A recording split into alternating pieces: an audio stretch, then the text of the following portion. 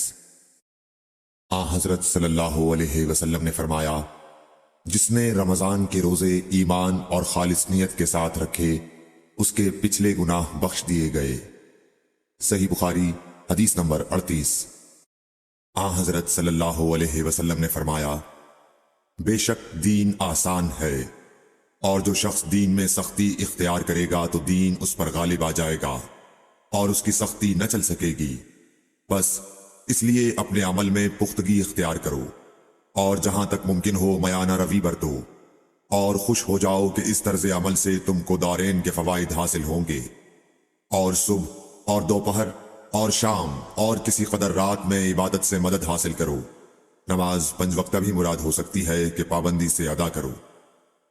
صحیح بخاری حدیث نمبر 39۔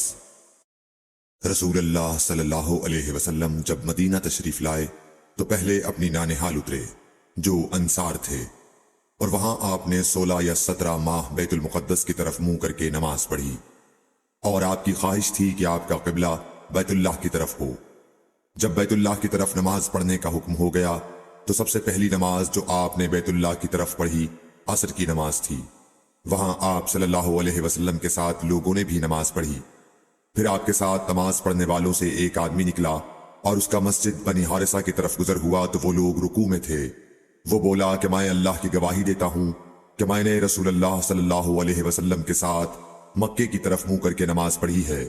یہ سن کر وہ لوگ اسی حال میں بیت اللہ کی طرف گھوم گئے، اور جب رسول اللہ صلی اللہ علیہ وسلم بیت المقدس کی طرف منہ کر کے نماز پڑھا کرتے تھے، یہودی اور عیسائی خوش ہوتے تھے، مگر جب آپ نے بیت اللہ کی طرف منہ پھیر لیا تو انہیں یہ امر ناگوار ہوا۔ زہیر ایک راوی کہتے ہیں کہ ہم سے ابو اسحاق نے برا سے یہ حدیث بھی نقل کی ہے کہ قبلہ کی تبدیلی سے پہلے کچھ مسلمان انتقال کر چکے تھے، تو ہمیں یہ معلوم نہ ہو سکا کہ ان کی نمازوں کے بارے میں کیا کہیں۔ تب اللہ نے یہ آیت نازل کی، وما کان اللہ لیضیع ایمانکم، سورہ بقرہ آیت نمبر 143۔ صحیح بخاری حدیث نمبر 40۔ حضور اکرم صلی اللہ علیہ وآلہ وسلم نے ارشاد فرمایا کہ جب ایک بندہ مسلمان ہو جائے اور اس کا اسلام عمدہ ہو، یقین و خلوص کے ساتھ ہو، تو اللہ اس کے گناہ کو جو اس نے اس اسلام لانے سے پہلے کیا معاف فرما دیتا ہے، اور اب اس کے بعد کے لیے بدلہ شروع ہو جاتا ہے، یعنی ایک نیکی کے عوض 10 گناہ سے لے کر 700 گناہ تک ثواب، اور ایک برائی کا اسی برائی کے مطابق بدلہ دیا جاتا ہے، مگر یہ کہ اللہ تعالیٰ اس برائی سے بھی درگزر کرے اور اسے بھی معاف فرما دے، یہ بھی اس کے لیے آسان ہے۔ صحیح بخاری حدیث نمبر 41۔ رسول اللہ صلی اللہ علیہ وسلم نے فرمایا کہ تم میں سے کوئی شخص جب اپنے اسلام کو عمدہ بنا لے، یعنی نفاق اور ریا سے پاک کر لے، تو ہر نیک کام جو وہ کرتا ہے اس کے عوض 10 سے لے کر 700 گناہ تک نیکیاں لکھی جاتی ہیں، اور ہر برا کام جو کرتا ہے تو وہ اتنا ہی لکھا جاتا ہے جتنا کہ اس نے کیا ہے۔ صحیح بخاری حدیث نمبر 42۔ رسول اللہ صلی اللہ علیہ وسلم ایک دن حضرت عائشہ رضی اللہ تعالی عنہا کے پاس آئے۔ اس وقت ایک عورت حضرت عائشہ رضی اللہ تعالی عنہا کے پاس بیٹھی تھی۔ آپ صلی اللہ علیہ وسلم نے دریافت کیا، یہ کون ہے؟ عرض کیا، فلاں عورت، اور اس کی نماز کے اشتیاق اور پابندی کا ذکر کیا۔ آپ صلی اللہ علیہ وسلم نے فرمایا، ٹھہر جاؤ، سن لو کہ تم پر اتنا ہی عمل واجب ہے جتنے عمل کی تمہارے اندر طاقت ہے۔ اللہ کی قسم، ثواب دینے سے اللہ نہیں اکتاتا، مگر تم عمل کرتے کرتے اکتا جاؤ گے، اور اللہ کو دین کا وہی عمل زیادہ پسند ہے جس کی ہمیشہ پابندی کی جا سکے، اور انسان بغیر اکتائے اسے انجام دے۔ صحیح بخاری حدیث نمبر 43۔ رسول اللہ صلی اللہ علیہ وسلم نے فرمایا، جس شخص نے لا الہ الا اللہ کہہ لیا اور اس کے دل میں جو برابر بھی ایمان ہے، تو وہ ایک نہ ایک دن دوزخ سے ضرور نکلے گا، اور دوزخ سے وہ شخص بھی ضرور نکلے گا جس نے کلمہ پڑھا اور اس کے دل میں گیہوں کے دانے برابر خیر ہے، اور دوزخ سے وہ بھی نکلے گا جس نے کلمہ پڑھا اور اس کے دل میں ایک ذرہ برابر بھی خیر ہے۔ صحیح بخاری حدیث نمبر 44۔ ایک یہودی نے حضرت عمر بن خطاب رضی اللہ تعالیٰ عنہ سے کہا کہ اے امیر المومنین، تمہاری کتاب قرآن میں ایک آیت ہے جسے تم پڑھتے ہو، اگر وہ ہم یہودیوں پر نازل ہوتی تو ہم اس کے نزول کے دن کو یوم عید بنا لیتے۔ آپ نے پوچھا وہ کون سی آیت ہے؟ اس نے جواب دیا، سورہ مائدہ کی آیت کہ آج میں نے تمہارے دین کو مکمل کر دیا اور اپنی نعمت تم پر تمام کر دی اور تمہارے لیے دین اسلام پسند کیا۔ حضرت عمر رضی اللہ تعالی عنہ نے فرمایا کہ ہم اس دن اور اس مقام کو خوب جانتے ہیں۔ جب یہ آیت رسول اللہ صلی اللہ علیہ وسلم پر نازل ہوئی، اس وقت آپ صلی اللہ علیہ وسلم عرفات میں جمعے کے دن کھڑے ہوئے تھے۔ صحیح بخاری حدیث نمبر 45۔ طلحہ بن عبید اللہ کہتے تھے کہ نجد والوں میں سے ایک شخص حضرت صلی اللہ علیہ وسلم کے پاس آیا، سر پریشان یعنی بال بکھرے ہوئے تھے۔ ہم اس کی آواز کی بن بناہٹ سنتے تھے اور ہم سمجھ نہیں پا رہے تھے کہ وہ کیا کہہ رہا ہے، یہاں تک کہ وہ نزدیک آن پہنچا جب معلوم ہوا کہ وہ اسلام کے بارے میں پوچھ رہا ہے۔ حضرت صلی اللہ علیہ وسلم نے فرمایا کہ اسلام دن رات میں 5 نمازیں پڑھنا ہے۔ اس نے کہا بس اس کے سوا تو اور کوئی نماز مجھ پر نہیں۔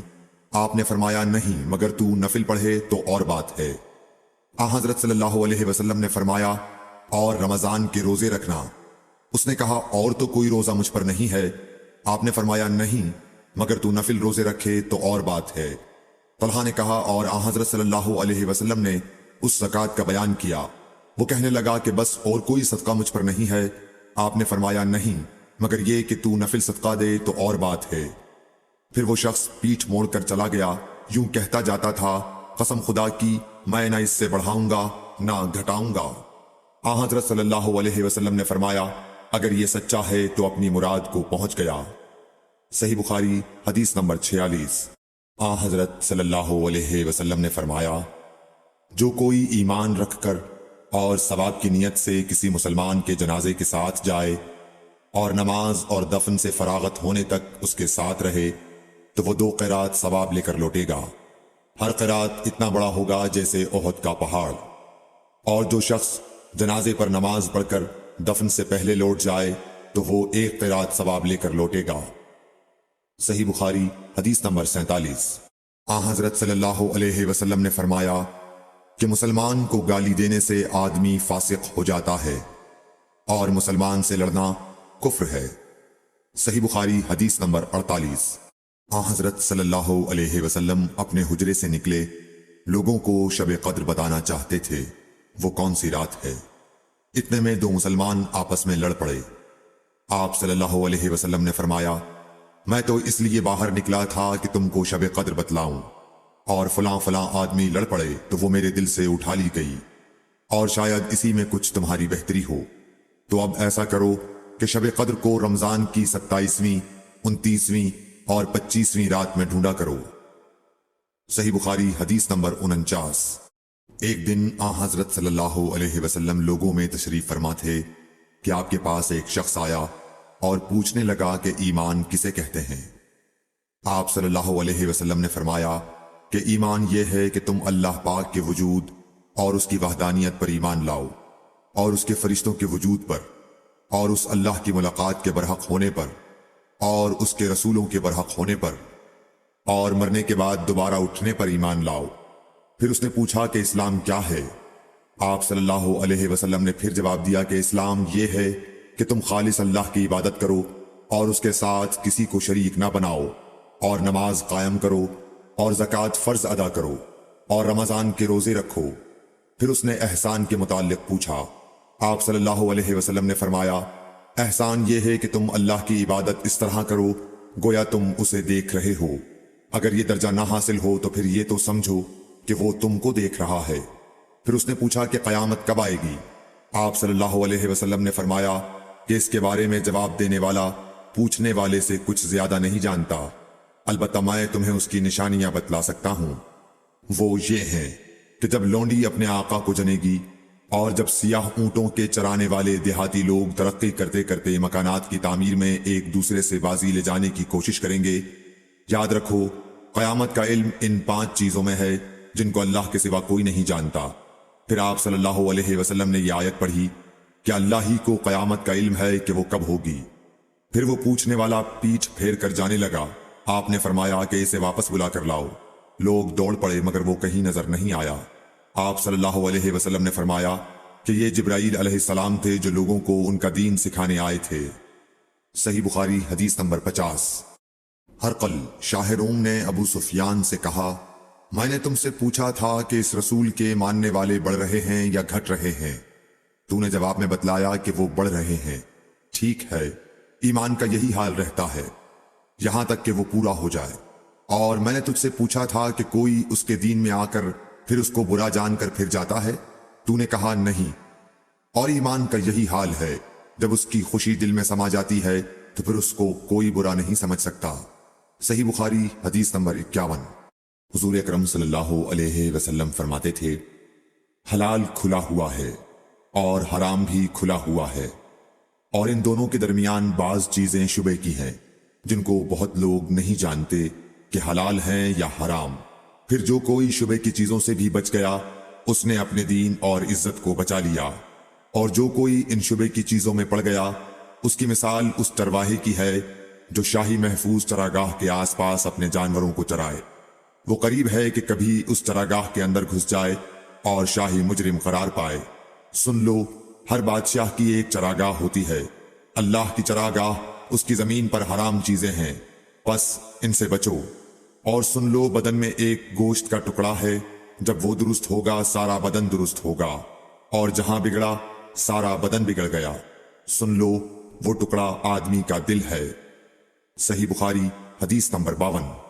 عبد القیس کا وفد جب حضرت صلی اللہ علیہ وسلم کے پاس آیا تو آپ نے پوچھا کہ یہ کون سی قوم کے لوگ ہیں یا یہ وفد کہاں کا ہے؟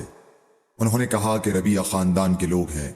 آپ صلی اللہ علیہ وسلم نے فرمایا مرحبا اس قوم کو یا اس وفد کو، نہ ذلیل ہونے والے نہ شرمندہ ہونے والے،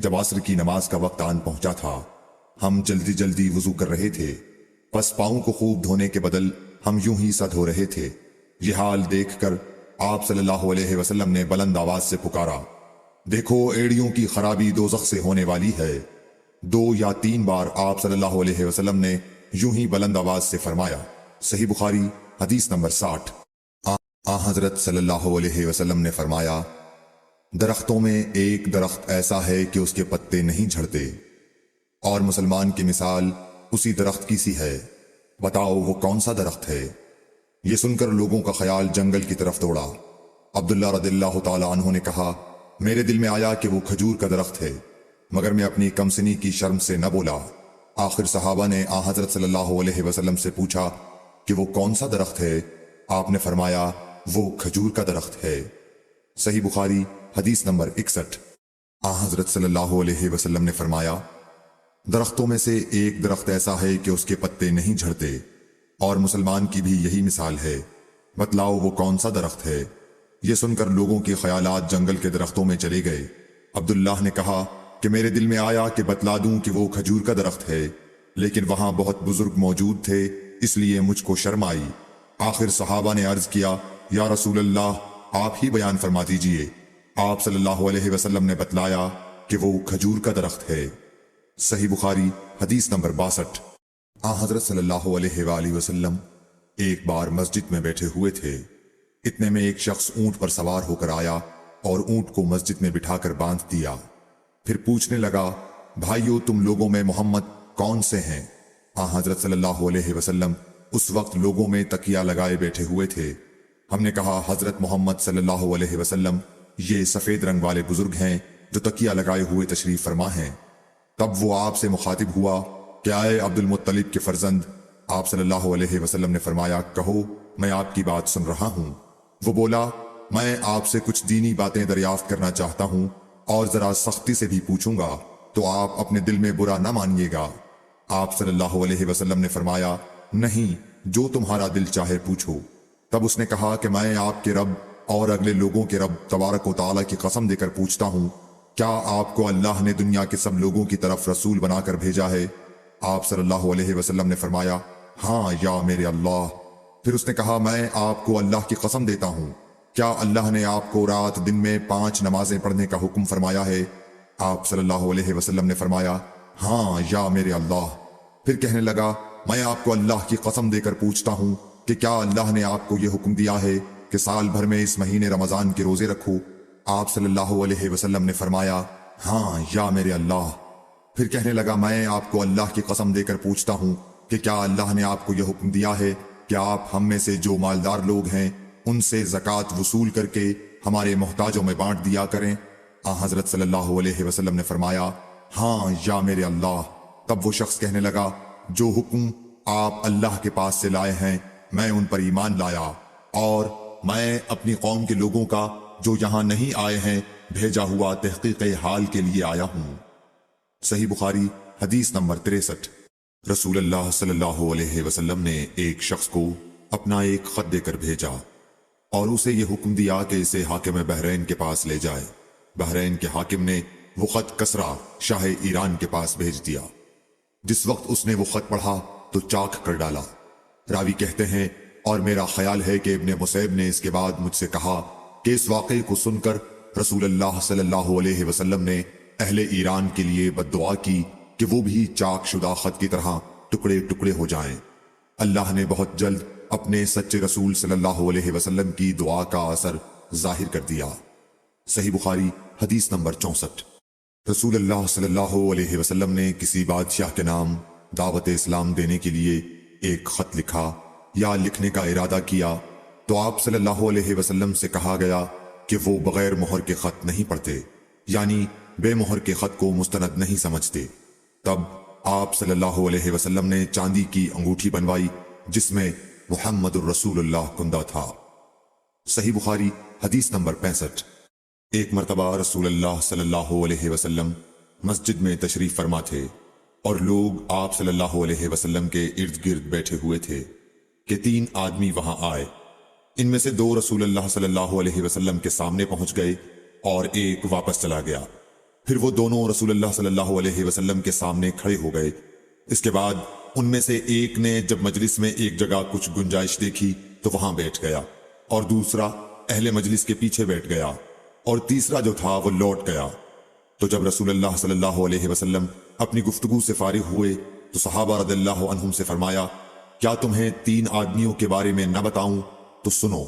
ان میں سے ایک نے اللہ سے پناہ چاہی، اللہ نے اسے پناہ دی، اور دوسرے کو شرم آئی تو اللہ بھی اس سے شرمایا کہ اسے بھی بخش دیا، اور تیسرے شخص نے منہ موڑا، اللہ نے بھی اس سے منہ موڑ لیا۔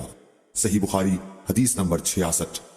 رسول اللہ صلی اللہ علیہ وسلم اپنے اونٹ پر بیٹھے ہوئے تھے اور ایک شخص نے اس کی نکیل تھام رکھی تھی۔ آپ صلی اللہ علیہ وسلم نے پوچھا، آج یہ کون سا دن ہے؟ ہم خاموش رہے حتیٰ کہ ہم سمجھے کہ آج کے دن کا آپ کوئی دوسرا نام اس کے نام کے علاوہ تجویز فرمائیں گے۔ پھر آپ صلی اللہ علیہ وسلم نے فرمایا، کیا آج قربانی کا دن نہیں ہے؟ ہم نے عرض کیا، بے شک۔ اس کے بعد آپ صلی اللہ علیہ وسلم نے فرمایا، یہ کون سا مہینہ ہے؟ ہم اس پر بھی خاموش رہے اور یہی سمجھے کہ اس مہینے کا بھی آپ اس کے نام کے علاوہ کوئی دوسرا نام تجویز فرمائیں گے۔ پھر آپ صلی اللہ علیہ وسلم نے فرمایا، کیا یہ ذوالحجہ کا مہینہ نہیں ہے؟ ہم نے عرض کیا، بے شک۔ آپ صلی اللہ علیہ وسلم نے فرمایا، تو یقیناً تمہاری جانیں اور تمہارے مال اور تمہاری آبرو تمہارے درمیان اسی طرح حرام ہے جس طرح آج کے دن کی حرمت تمہارے اس مہینے اور اس شہر میں ہے۔ پس جو شخص حاضر ہے اسے چاہیے کہ غائب کو یہ بات پہنچا دے، کیونکہ ایسا ممکن ہے کہ جو شخص یہاں موجود ہے وہ ایسے شخص کو یہ خبر پہنچائے جو اس سے زیادہ یاد رکھنے والا ہو۔ صحیح بخاری حدیث نمبر 67۔ رسول اللہ صلی اللہ علیہ وسلم نے ہمیں نصیحت فرمانے کے لیے کچھ دن مقرر کر دیے تھے، اس ڈر سے کہ کہیں ہم کبھی دخاطر نہ ہو جائیں۔ صحیح بخاری حدیث نمبر 68۔ آپ صلی اللہ علیہ وآلہ وسلم نے فرمایا، آسانی کرو اور سختی نہ کرو، اور خوش کرو اور نفرت نہ دلاؤ۔ صحیح بخاری حدیث نمبر 69۔ عبداللہ ابن مسعود ہر جمعرات کے دن لوگوں کو واعظ سنایا کرتے تھے۔ ایک آدمی نے ان سے کہا، اے ابو عبد الرحمن، میں چاہتا ہوں کہ تم ہمیں ہر روز واعظ سنایا کرو۔ انہوں نے فرمایا، تو سن لو کہ مجھے اس امر سے کوئی چیز مانے ہے تو یہ کہ میں یہ بات پسند نہیں کرتا کہ کہیں تم تنگ نہ ہو جاؤ، اور میں واعظ میں تمہاری فرصت کا وقت تلاش کیا کرتا ہوں، جیسا کہ رسول اللہ صلی اللہ علیہ وسلم اس خیال سے کہ ہم کبھی دخاطر نہ ہو جائیں واعظ کے لیے ہمارے اوقات فرصت کا خیال رکھتے تھے۔ صحیح بخاری حدیث نمبر 70۔ رسول اللہ صلی اللہ علیہ وسلم نے فرمایا، جس شخص کے ساتھ اللہ تعالی بھلائی کا ارادہ کرے اسے دین کی سمجھ عنایت فرما دیتا ہے، اور میں تو محض تقسیم کرنے والا ہوں، دینے والا تو اللہ ہی ہے، اور یہ امت ہمیشہ اللہ کے حکم پر قائم رہے گی، اور جو شخص ان کی مخالفت کرے گا انہیں نقصان نہیں پہنچا سکے گا یہاں تک کہ اللہ کا حکم قیامت آ جائے اور یہ عالم فنا ہو جائے۔ صحیح بخاری حدیث نمبر 71۔ عبداللہ بن عمر رضی اللہ تعالی عنہ کہتے تھے کہ ہم رسول اللہ صلی اللہ علیہ وسلم کی خدمت میں حاضر تھے کہ آپ صلی اللہ علیہ وسلم کے پاس کھجور کا ایک گابھا لایا گیا۔ اسے دیکھ کر آپ نے فرمایا کہ درختوں میں ایک درخت ایسا ہے اس کی مثال مسلمان کی طرح ہے۔ ابن عمر کہتے ہیں کہ یہ سن کر میں نے ارادہ کیا کہ عرض کروں کہ وہ درخت کھجور کا ہے، مگر چونکہ میں سب میں چھوٹا تھا اس لیے خاموش رہا۔ پھر رسول اللہ صلی اللہ علیہ وسلم نے خود ہی فرمایا کہ وہ کھجور ہے۔ صحیح بخاری حدیث نمبر 72۔ رسول اللہ صلی اللہ علیہ وسلم کا ارشاد ہے کہ حسد صرف 2 باتوں میں جائز ہے، ایک تو اس شخص کے بارے میں جسے اللہ نے دولت دی ہو اور وہ اس دولت کو راہ حق میں خرچ کرنے پر بھی قدرت رکھتا ہو، اور ایک اس شخص کے بارے میں جسے اللہ نے حکمت کی دولت سے نوازا ہو اور وہ اس کے ذریعے سے فیصلہ کرتا ہو اور لوگوں کو اس حکمت کی تعلیم دیتا ہو۔ صحیح بخاری حدیث نمبر 73۔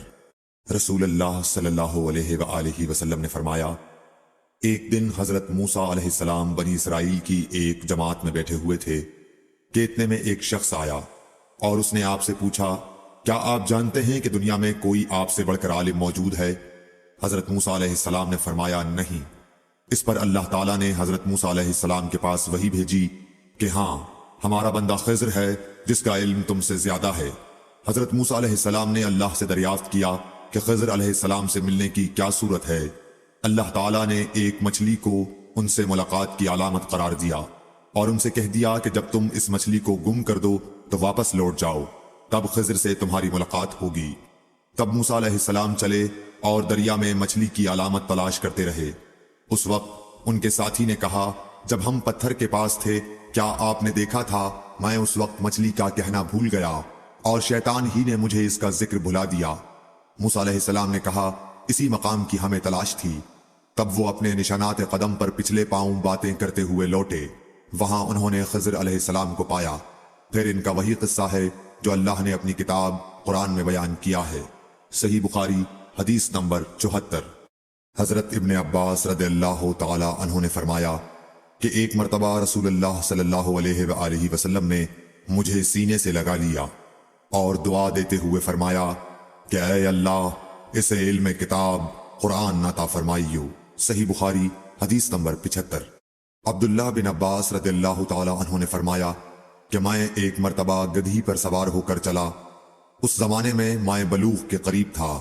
رسول اللہ صلی اللہ علیہ وسلم منا میں نماز پڑھ رہے تھے اور آپ کے سامنے دیوار کی آڑ نہ تھی، تو میں بعض صفوں کے سامنے سے گزرا اور گدھی کو چھوڑ دیا۔ وہ چرنے لگی، جبکہ میں صف میں شامل ہو گیا، مگر کسی نے مجھے اس بات پر ٹوکا نہیں۔ صحیح بخاری حدیث نمبر 76۔ محمود بن ربی فرماتے ہیں کہ مجھے یاد ہے کہ ایک مرتبہ رسول اللہ صلی اللہ علیہ وسلم نے ایک ڈول سے منہ میں پانی لے کر میرے چہرے پر کلی فرمائی اور میں اس وقت 5 سال کا تھا۔ صحیح بخاری حدیث نمبر 77۔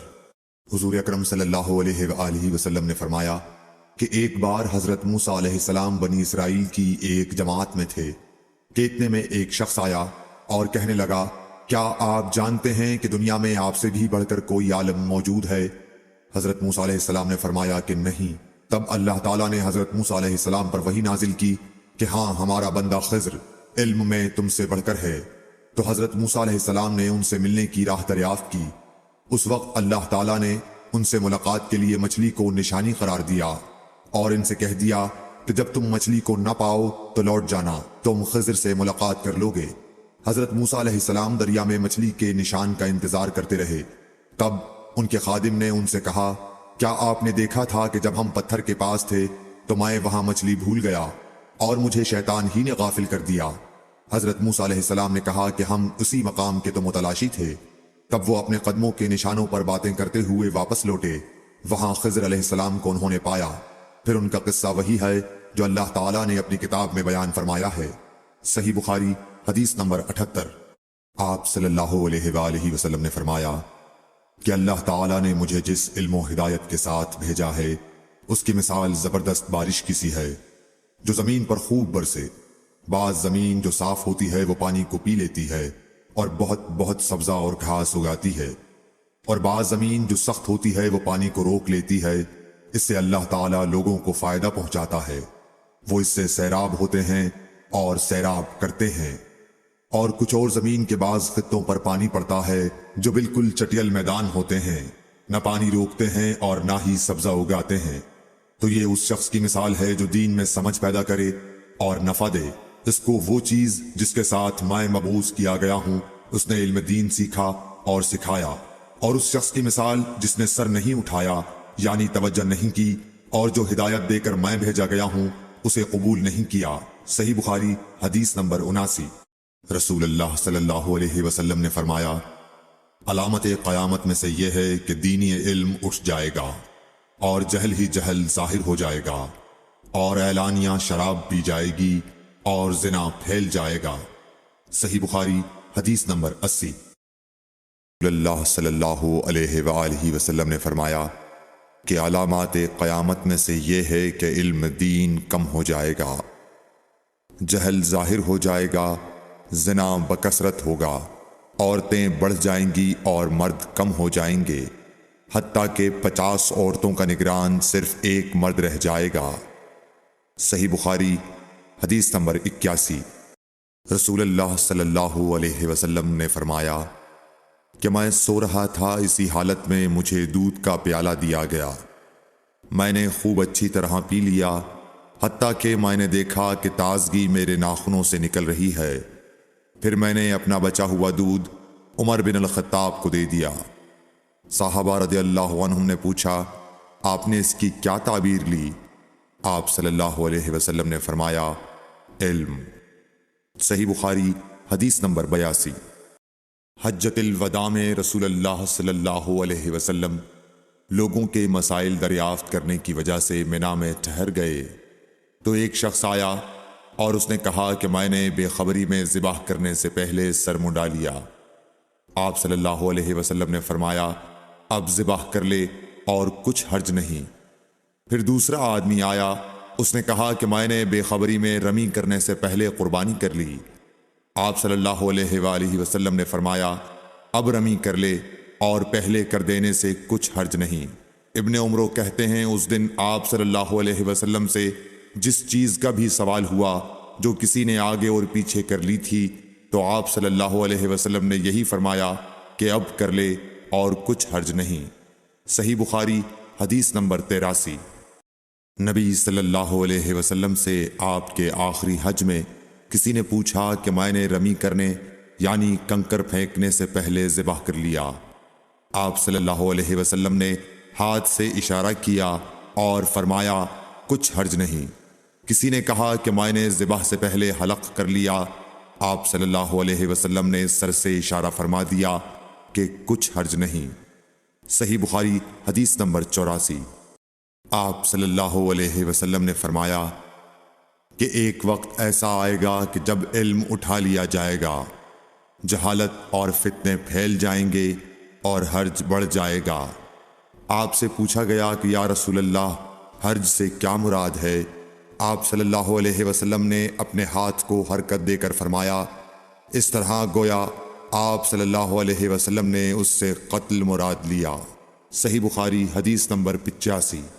ہم سے موسیٰ بن اسماعیل نے بیان کیا، ان سے وہیب نے، ان سے حشام نے فاطمہ کے واسطے سے نقل کیا، وہ اسما سے روایت کرتی ہیں کہ میں عائشہ رضی اللہ تعالی عنہا کے پاس آئی، وہ نماز پڑھ رہی تھیں۔ میں نے کہا لوگوں کا کیا حال ہے؟ تو انہوں نے آسمان کی طرف اشارہ کیا، یعنی سورج کو گہن لگا ہے۔ اتنے میں لوگ نماز کے لیے کھڑے ہو گئے۔ حضرت عائشہ رضی اللہ تعالی عنہا نے کہا، اللہ پاک ہے۔ میں نے کہا کیا یہ گہن کوئی خاص نشانی ہے؟ انہوں نے سر سے اشارہ کیا، یعنی ہاں۔ پھر میں بھی نماز کے لیے کھڑی ہو گئی، حتیٰ کہ مجھے غش آنے لگا تو میں اپنے سر پر پانی ڈالنے لگی۔ پھر نماز کے بعد رسول اللہ صلی اللہ علیہ وسلم نے اللہ تعالیٰ کی تعریف کی اور اس کی صفت بیان فرمائی۔ پھر فرمایا، جو چیز مجھے پہلے دکھلائی نہیں گئی تھی آج وہ سب اس جگہ میں نے دیکھ لی، یہاں تک کہ جنت اور دوزخ کو بھی دیکھ لیا، اور مجھ پر یہ وحی کی گئی کہ تم اپنی قبروں میں آزمائے جاؤ گے۔ مثل یا قرب کا کون سا لفظ؟ حضرت اسما نے فرمایا، میں نہیں جانتی۔ فاطمہ کہتی ہیں، یعنی فتنہ دجال کی طرح آزمائے جاؤ گے۔ کہا جائے گا قبر کے اندر کہ تم اس آدمی کے بارے میں کیا جانتے ہو؟ تو جو صاحب ایمان یا صاحب یقین ہوگا۔ کون سا لفظ فرمایا؟ حضرت اسما نے، مجھے یاد نہیں۔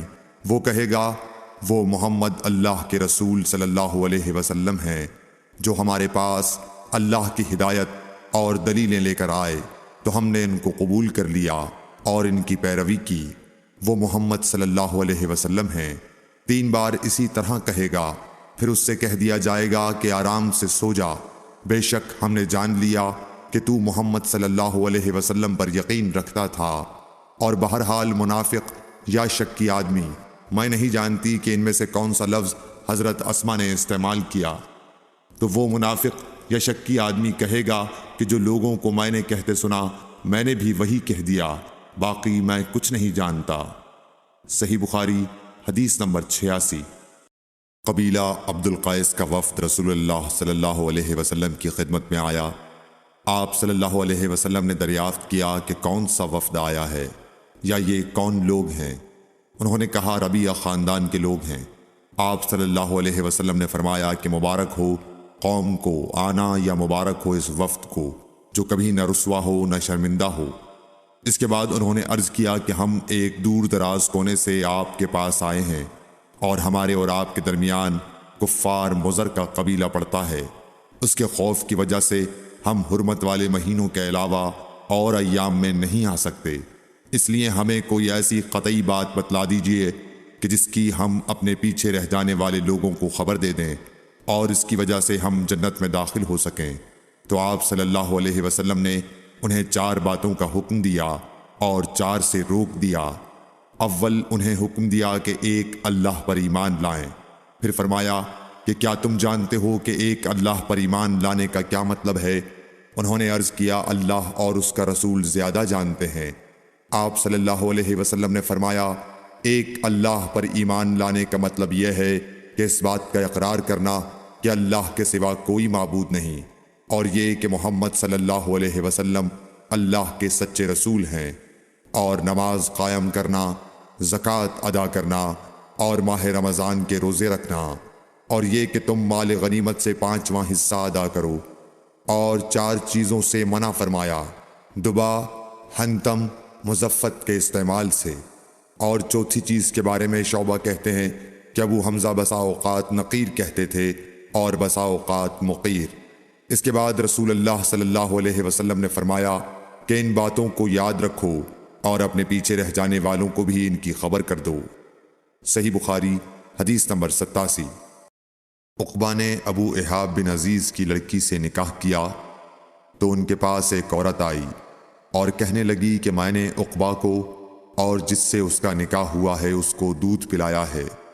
یہ سن کر عقبہ نے کہا مجھے نہیں معلوم کہ تو نے مجھے دودھ پلایا ہے، نہ تو نے کبھی مجھے بتایا ہے۔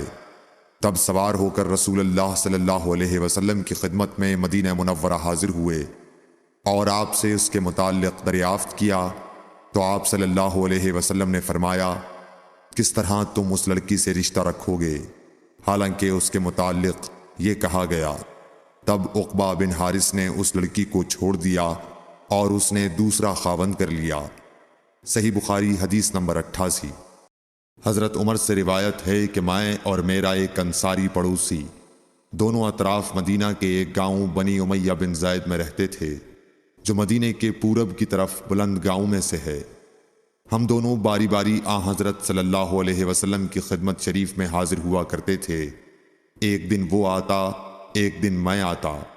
جس دن میں آتا اس دن کی وحی کی اور رسول اللہ صلی اللہ علیہ وسلم کی فرمودہ دیگر باتوں کی اس کو خبر دے دیتا تھا، اور جب وہ آتا تو وہ بھی اسی طرح کرتا۔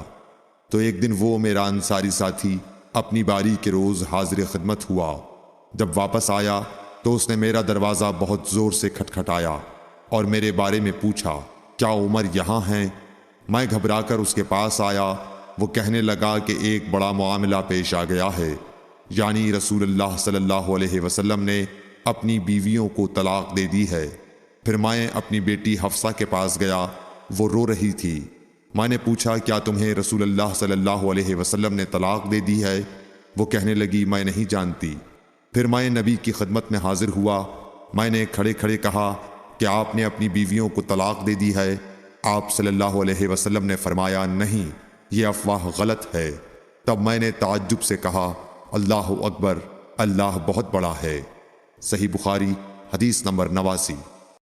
ایک شخص حزم بن ابی کعب نے رسول اللہ کی خدمت میں آ کر عرض کیا یا رسول اللہ، فلاں شخص معاذ بن جبل لمبی نماز پڑھاتے ہیں، اس لیے میں جماعت کی نماز میں شریک نہیں ہو سکتا، کیونکہ میں دن بھر اونٹ چرانے کی وجہ سے رات کو تھک کر چکنا چور ہوتا ہوں اور طویل قرات سننے کی طاقت نہیں رکھتا۔ ابو مسعود راوی کہتے ہیں کہ اس دن سے زیادہ میں نے کبھی رسول اللہ صلی اللہ علیہ وسلم کو وعظ کے دوران اتنا غضبناک نہیں دیکھا۔ آپ صلی اللہ علیہ وسلم نے فرمایا اے لوگو، تم ایسی شدت اختیار کر کے لوگوں کو دین سے نفرت دلانے لگے ہو۔ سن لو، جو شخص لوگوں کو نماز پڑھائے تو وہ ہلکی پڑھائے، کیونکہ ان میں بیمار، کمزور اور حاجت والے سبھی قسم کے لوگ ہوتے ہیں۔ صحیح بخاری حدیث نمبر 90۔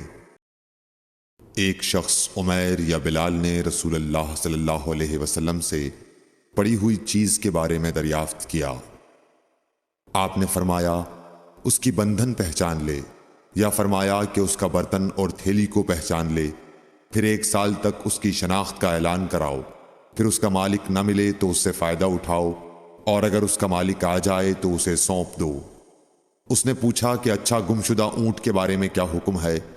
آپ کو اس قدر غصہ آ گیا کہ رخسار مبارک سرخ ہو گئے، یا راوی نے یہ کہا کہ آپ کا چہرہ سرخ ہو گیا۔ یہ سن کر آپ صلی اللہ علیہ وسلم نے فرمایا، تجھے اونٹ سے کیا واسطہ؟ اس کے ساتھ خود اس کی مشق ہے، اور اس کے پاؤں کے سم ہیں، وہ خود پانی پر پہنچے گا اور خود پی لے گا اور خود درخت پر چرے گا، لہذا اسے چھوڑ دو یہاں تک کہ اس کا مالک مل جائے۔ اس نے کہا کہ اچھا گمشدہ بکری کے بارے میں کیا ارشاد ہے؟ آپ نے فرمایا، وہ تیری ہے یا تیرے بھائی کی، ورنہ بھیڑیے کی غذا ہے۔ صحیح بخاری حدیث نمبر 91۔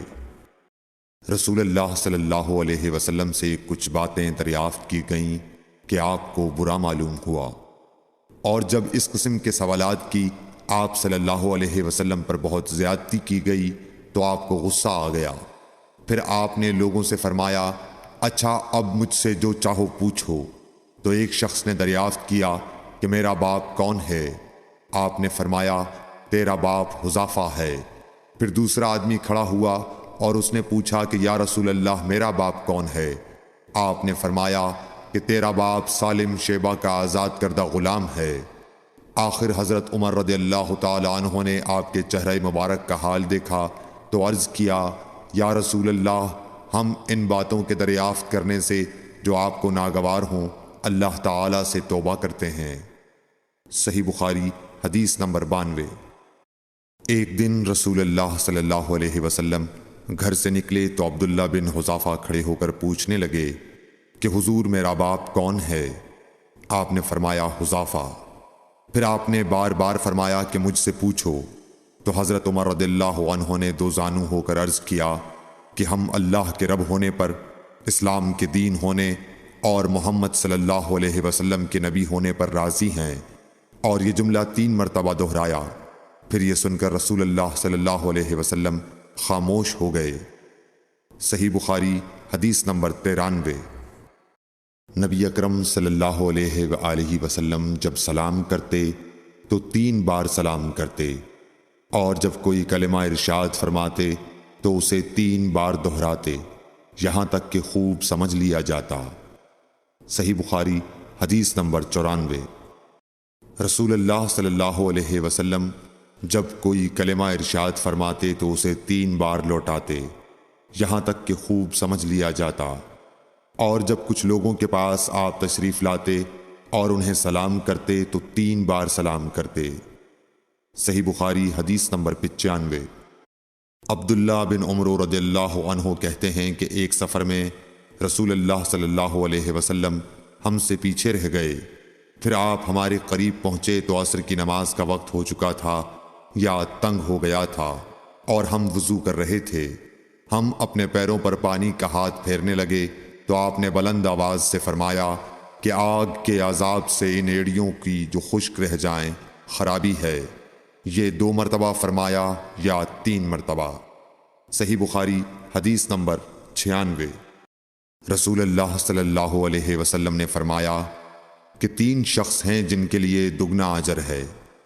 ایک وہ جو اہل کتاب سے ہو اور اپنے نبی پر اور محمد صلی اللہ علیہ وسلم پر ایمان لائے۔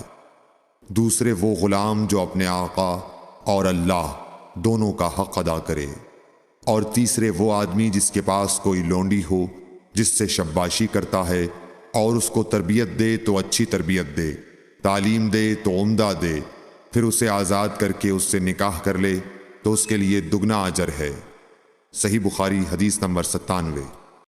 نبی صلی اللہ علیہ وسلم ایک مرتبہ عید کے موقع پر مردوں کی صفوں میں سے نکلے اور آپ کے ساتھ بلال رضی اللہ تعالی عنہ تھے۔ آپ کو خیال ہوا عورتوں کو خطبہ اچھی طرح نہیں سنائی دیا، تو آپ نے انہیں علیحدہ نصیحت فرمائی اور صدقے کا حکم دیا۔ یہ واز سن کر کوئی عورت بالی اور کوئی عورت انگوٹھی ڈالنے لگی، اور بلال رضی اللہ تعالی عنہ اپنے کپڑے کے دامن میں یہ چیزیں لینے لگے۔ صحیح بخاری حدیث نمبر 98۔ حضرت ابو ہریرہ رضی اللہ تعالی عنہ نے عرض کیا، یا رسول اللہ، قیامت کے دن آپ کی شفاعت سے سب سے زیادہ سعادت کسے ملے گی؟ تو رسول اللہ صلی اللہ علیہ وسلم نے فرمایا، اے ابو ہریرہ، مجھے یقین تھا کہ تم سے پہلے کوئی اس کے بارے میں مجھ سے دریافت نہیں کرے گا، کیونکہ میں نے حدیث کے متعلق تمہاری حرص دیکھ لی تھی۔ سنو، قیامت کے دن سب سے زیادہ فیضیاب میری شفاعت سے وہ شخص ہوگا جو سچے دل سے یا سچے جی سے لا الہ الا اللہ کہے گا۔ صحیح بخاری حدیث نمبر 99۔ رسول اللہ صلی اللہ علیہ وآلہ وسلم نے فرمایا کہ اللہ علم کو اس طرح نہیں اٹھا لے گا کہ اس کو بندوں سے چھین لے، بلکہ وہ پختہ کار علماء کو موت دے کر علم اٹھائے گا، حتیٰ کہ جب کوئی عالم باقی نہیں رہے گا تو لوگ جاہلوں کو سردار بنا لیں گے، ان سے سوالات کیے جائیں گے اور وہ بغیر علم کے جواب دیں گے، اس لیے خود بھی گمراہ ہوں گے اور لوگوں کو بھی گمراہ کریں گے۔ صحیح بخاری حدیث نمبر 100۔